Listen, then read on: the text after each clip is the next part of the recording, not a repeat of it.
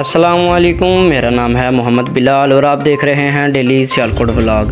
सबसे पहले शामिल करते हैं सियालकोट से ब्यूरो चीफ अब्दुल रहीम की रिपोर्ट। सियालकोट अहमदाबाद रोड पर वाक़ई लेदर शूज़ और जैकेट बनाने वाली निजी फैक्ट्री में आग लग गई। हवा चलने के बायस आग की शिद्दत में इजाफा हुआ।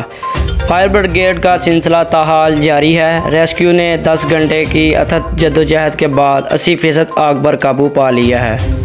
एमरजेंसी ऑफिसर गुजरांवाला सैयद कमाल आबद भी मौके पर पहुंचकर इंसिडेंट की ओवरऑल कमांड कर रहे हैं। रेस्क्यू 1112 का अमला बिल्डिंग के चारों तरफ से फायर फाइटिंग कर रहे हैं ताकि आग पर जल्द काबू पाया जा सके। एमरजेंसी ऑफिसर गुजरांवाला ने बाकी अजला से भी अमला और फायर की गाड़ी मंगवा ली।